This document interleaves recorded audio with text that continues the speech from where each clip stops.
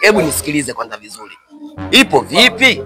Kana huo kwenyewe ndio tunaenda kurekebisha. Mimi naenda kurekebisha fresh. Yaani ukishafika pale, tunajua zile mimi kila kitu fresh. Usiyumbe sasa mwanangu. Usiniangushe mwanangu. Oho, usinilalamikie mimi. Yaani leo ndio fursa ya mwisho baba. Usiniumbue mwanangu. Unaweza? Naweza. Usinichome.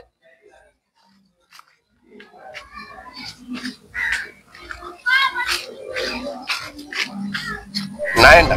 Nenda. Narudia tena. Mimi nakujua kichwa chako, naenda mimi. Mimi nafanya mazuri. Usiniangushe unajua ndo naenda hivi.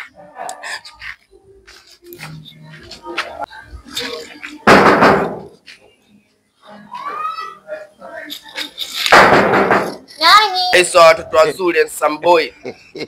Ni majina 7. How are you? Habari. Kwema. Samahani dadangu, mimi niko na shida na wewe.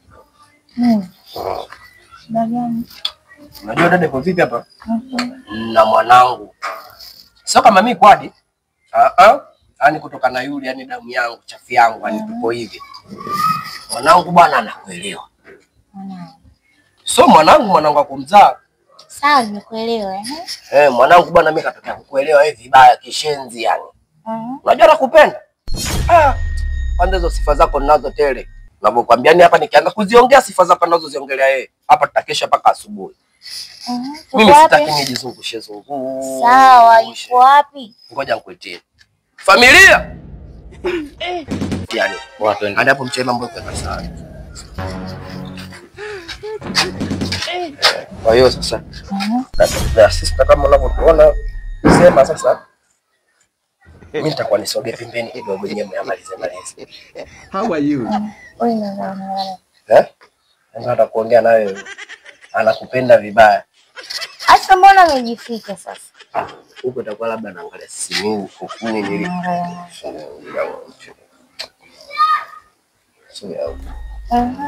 Mimi naachia hapo malize. Sawa. Maliza baba hapo nakuja. Karibu. Askrim zipo. Ice cream hamna.